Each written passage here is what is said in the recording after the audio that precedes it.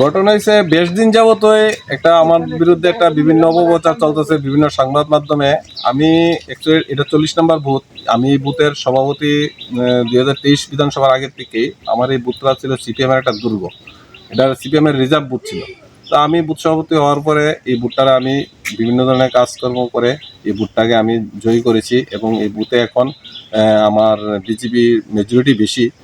তো আজকে কিছুদিন যাবৎ প্রায় 1-2 মাস যাবৎ দেখছি বিভিন্ন সংবাদ মাধ্যমে বিভিন্ন মানুষের মুখে একটা প্রচার চালিয়ে যাচ্ছে একটা শ্রেণীর লোক আমার এই জায়গাটা দখল করার জন্য নেওয়ার জন্য। আমি বুঝতে পারতেছি না কি কারণে করছে বা কারা করছে।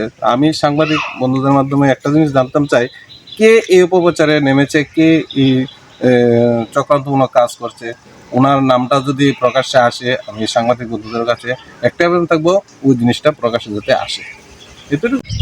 এখানে আমাদের বড় দাদা যিনি বুথ প্রেসিডেন্ট, তাইনের খুব চক্রান্তভাবে সরানোর লিগে চেষ্টা চলছে। তো কে কীভাবে এটা করতেছে আমরা ঠিক জানি না, কিন্তু তাইনেরা যাতে না সরানিও ওই দাদার থেকে আমরা অনেক ধরনের হেল্প পাইতেছি। দাদা আমরা খুব ভালো একটা সার্ভিস দিতেছে, ভালো ধরনের কাজ করতেছে। আর কে কীভাবে এটা করতেছে আমরা যাতে প্রকাশ্যে আসে, আর দাদার যাতে না সরানি হয়। আমার কি নাম বুথ সভাপতির নাম কি? লিটন শর্মা। এটা কোন বিধানসভা? এটা 40 নম্বর বুথ, আর কমলাসাগর বিধানসভা, গোকুলনগর।